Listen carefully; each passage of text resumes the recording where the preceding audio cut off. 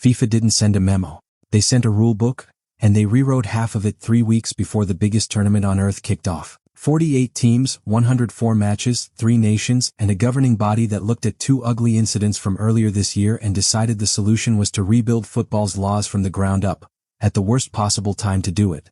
England's manager is furious. The International Players' Union is unsatisfied. An entire professional league has publicly accused FIFA of disregarding the sport.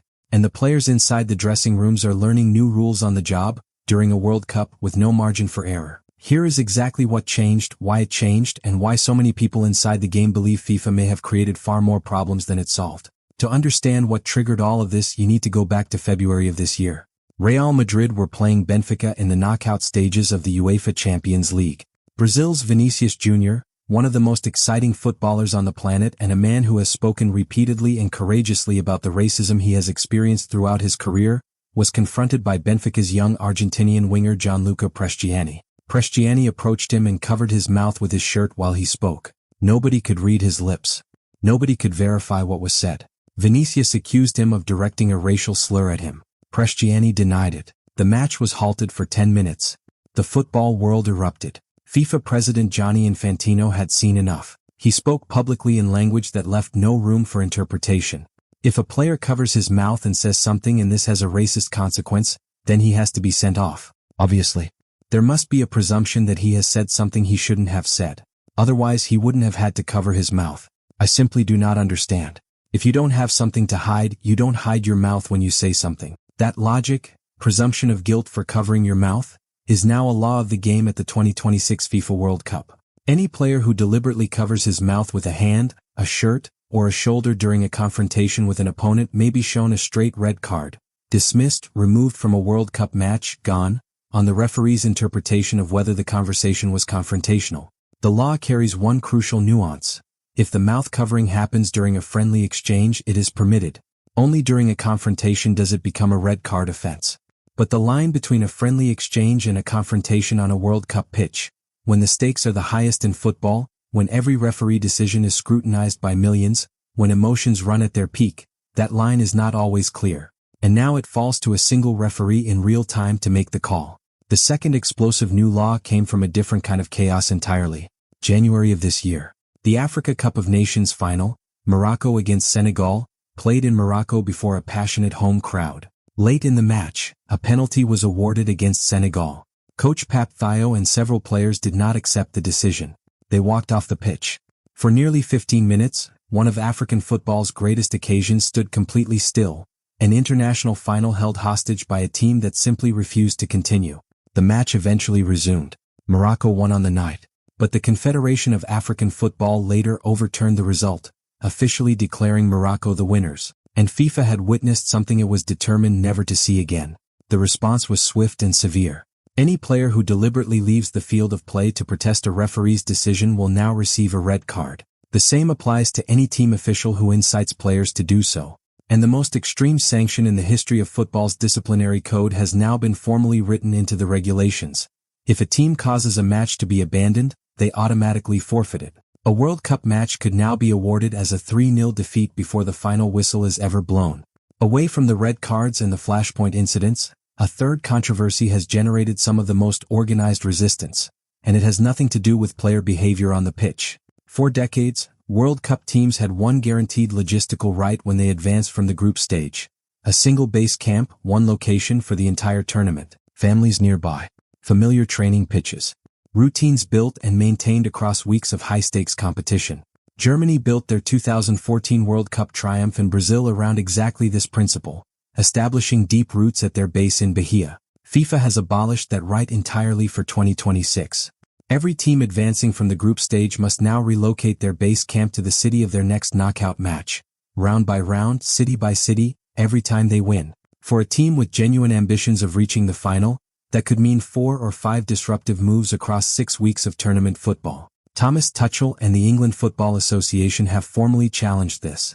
The FA has been in direct dialogue with FIFA, pushing back against a rule they believe undermines everything a stable tournament environment is designed to provide. Tuchel's staff explored whether remaining in Kansas City, geographically central, connecting to all match venues in under 4 hours by air, could serve as a workable compromise. England is officially based at Swope Soccer Village in Kansas City. But FIFA's rule stands once the knockouts begin. The base camp moves. The practical consequences are real. Preparation time lost to travel, unfamiliar training pitches, disrupted recovery protocols, and sleep schedules thrown into disorder. For players operating at the peak of their physical demands under North American summer heat, these are not minor inconveniences. They are direct performance factors. Then come the on-pitch changes, and there are several that even experienced players and coaches are still adjusting to. The 10-second substitution rule is exactly what it sounds like. Once the substitution board goes up, the departing player has 10 seconds to reach the nearest exit point on the touchline and leave the field. No walk to the center circle. No embrace with teammates. No slow walk toward the tunnel while the crowd acknowledges 22 years of dreaming. If the player fails to leave in time, the substitute cannot enter until the next stoppage after 1 minute has elapsed, and the team plays with 10 men in the meantime. This already produced a match-defining moment. In the international friendly between Japan and Iceland on May 31st, an Iceland player took too long to leave the field. The team played with 10 men for more than 2 minutes. The first time play stopped was when Koki Ogawa scored the only goal of the game for Japan. The deterrent failed, and a goal was the consequence. Alongside that sits the 5-second countdown for throw-ins and goal kicks. When a referee judges that a player is deliberately delaying a restart, a visible countdown begins. The referee raises and moves an arm. If the throw-in is not taken in time, possession switches to the opponents. If a goal kick is delayed beyond the countdown, the opposing team receives a corner kick. The logic is straightforward. A single yellow card was never enough of a deterrent for goalkeepers running down the clock. The threat of conceding a corner, and potentially a goal, is designed to be far more effective. VAR powers have also been significantly expanded across 4 new areas. First, corner kicks can now be reviewed if VAR identifies they were incorrectly awarded, provided the check does not delay the restart, with approximately 25 seconds available to complete it.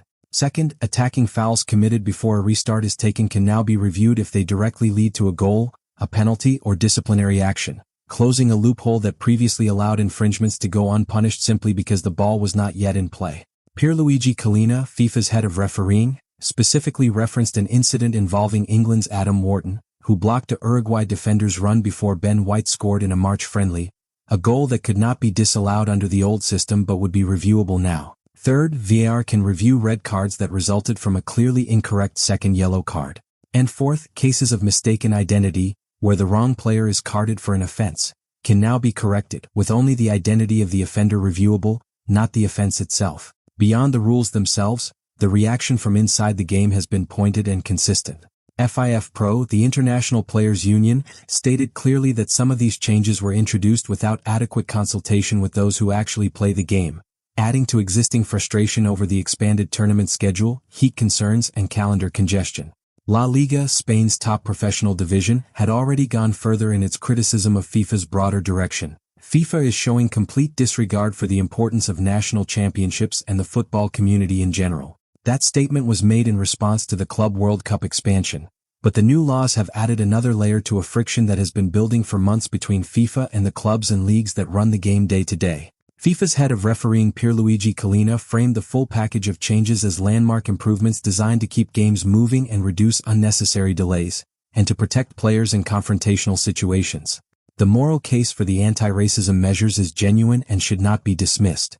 But the scale of what has changed, and the speed with which it has been imposed on a tournament of 104 matches across 6 weeks, has created a level of uncertainty no previous World Cup has had to carry into its opening days. A referee in the 38th minute of a quarterfinal will have to decide in real time whether a player covering his mouth during what may or may not be a confrontation deserves a red card. A team official who raises his voice too passionately at a refereeing decision will have to wonder if he has crossed the line into inciting a walkout. A substituted player who spent 22 years dreaming of playing at a World Cup will have 10 seconds to find the exit. Football has always evolved. The offside rule has been refined.